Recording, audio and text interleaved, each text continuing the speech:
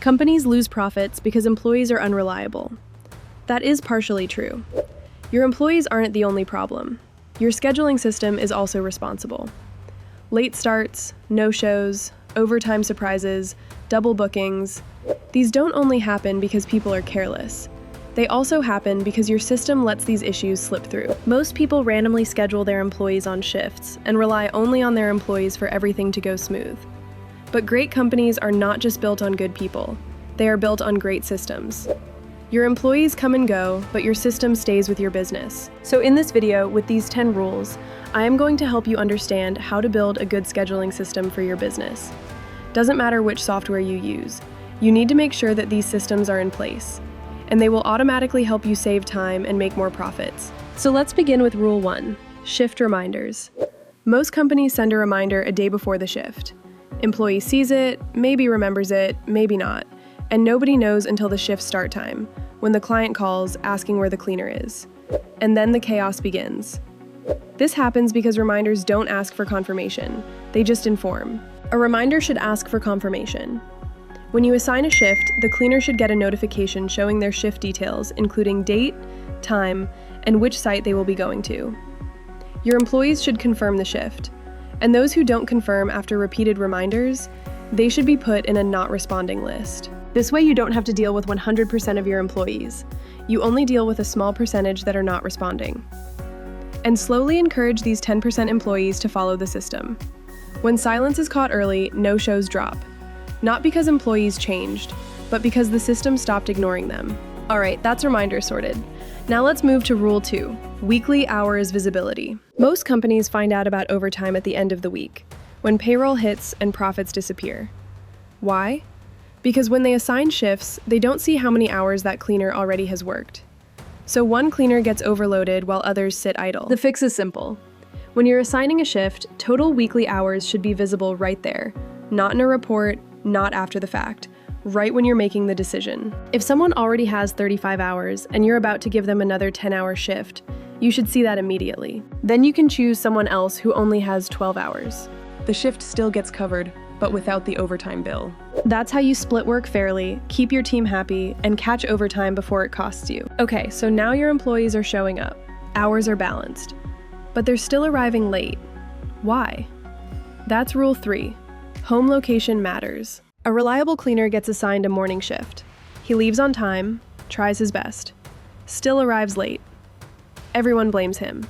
But the real problem started much earlier.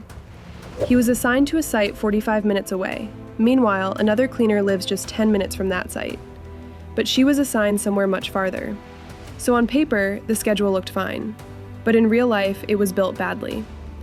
This happens because companies schedule only based on availability. They do not schedule based on real-world conditions. When scheduling, you should be able to see how far each cleaner lives from the site. For early morning shifts, distance matters even more, because a 40-minute difference can decide whether someone arrives on time or late. When you assign people closer to the job site, late starts drop, not because employees changed, but because the assignment started making sense. Shorter travel also means less stress, lower travel cost, and more reliable attendance. Good.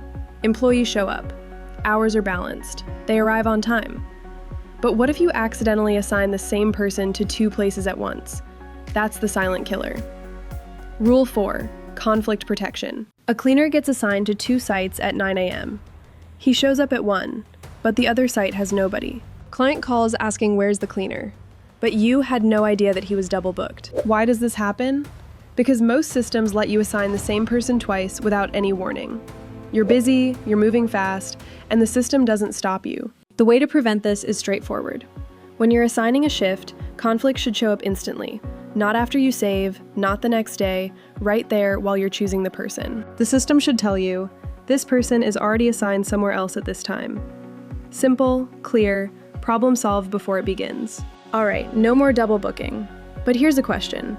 You're assigning someone who's available, but is that person the right fit for that site? That's Rule 5. Choose your site heroes. Most companies assign whoever is available and wonder why performance varies. They don't track who knows which site, so the same mistakes keep happening at the same locations. But think about it. Some cleaners already know the site, the layout, the routine, the client expectations. At the right site, they perform better, make fewer mistakes, and need less supervision. So the smart approach is this.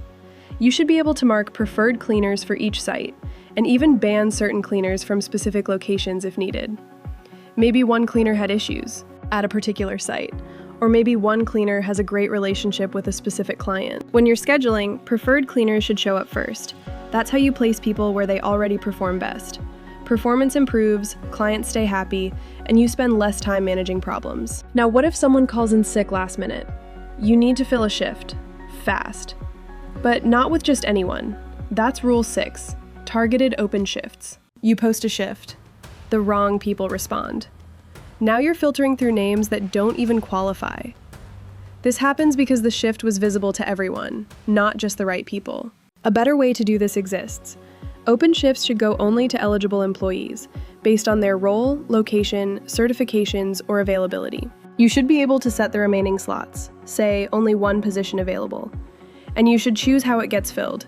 First come, first pick, where the fastest responder gets it automatically, or approval required, where you review and approve manually. The right person sees it, applies it, and either gets it instantly or waits for your approval. Gap filled. No wasted time. No filtering through 20 unqualified applications. Shifts are getting filled, but are you watching how many hours each person is working? This next one can get you in serious trouble. Rule 7. Control employee hours. Some employees have legal restrictions, like students who can only work limited hours, restricted workers on certain visas, and part-timers with caps in their contracts. Schedule them beyond allowed hours and you're exposed. Fines, audits, lawsuits. But most systems don't stop you. They let you assign freely, and the problem shows up later, sometimes weeks later when it's too late to fix. The system should protect you from this. You should be able to see how many hours each cleaner has already been scheduled for that week. And when you try to overschedule someone, the system should warn you immediately. Something like, this employee has already been scheduled for 36 hours. Adding this shift will exceed their 40-hour limit. That's how compliance stays tight without extra effort. You don't need to remember every employee's restrictions. The system remembers for you. Now here's something that wastes hours every week, and most people don't even realize it. Rule 8, copy and repeat scheduling. Same sites, same cleaners, same times, week after week. But most companies rebuild everything from scratch, every single time. Why? Because their system doesn't remember patterns. Think about how much time that wastes. If you have 50 shifts per week and 80% of them stay the same, why are you recreating 50 shifts when you only need to adjust 10? There's a much easier way. You should be able to copy last week's schedule with one click. Apply repeat rules for shifts that happen every Monday, Wednesday, Friday. Use templates for different types of weeks. Only the exceptions should need your attention. Everything else should already be done. That's how stable schedules take minutes, not hours. And those saved hours, they go back into growing your business. All right, your schedule is built, but when should your employees see it? Too early, and you create confusion. That's Rule 9, publish with control. This one seems small, but causes real confusion. When cleaners see schedules too early. You create a shift, and the employee sees it immediately, even though you're still making changes. They plan around wrong info. Then you adjust something, and nobody knows what's final. This happens because most systems publish everything the moment you save. The right way to handle this is different. Your shift should go to draft first. The cleaner doesn't see it, no notification goes out. You review, make changes, finalize. Take your time to get it right. And only when you're ready, you hit publish. That's when the cleaner gets notified. Plans change later? Unpublish, adjust, republish. You stay in control. Your employees see only what's confirmed. No confusion, no "I thought I was working Tuesday" problems. Now everything is running smooth. But there's one thing that can shut your business down overnight, and most people don't see it coming. Rule 10. Be compliant with licenses, cleaning certifications, safety training, background checks. If any of these expire and you still schedule that employee, you're exposed. One audit, one incident, and it's on you. But most systems don't check. They let you assign anyone, and the risk stays hidden until it's too late. Your system should act as your safety net. Every license should be tracked with expiry dates. And when you try to schedule someone with an expired license, a conflict should show up right there, telling you the license has expired. The system should block the assignment until it's renewed. Plus, you should get reminders 60 days before expiry. Not 1 day before, not after it expires. That gives you and your employee enough time to renew without any panic. When your system catches mistakes before they happen, everything runs smoother. Your team stops firefighting, your employees stop getting blamed for problems they didn't create, and your profits stay where they belong. These are the 10 scheduling systems that every growing cleaning company should have in place. Doesn't matter which software you use, these principles work everywhere. Building all this from scratch? That's hard, but you don't have to. NovaGems already has all 10 systems built in, ready to use. Start your free trial today. Or if you want to see it in action first, book a demo with our team.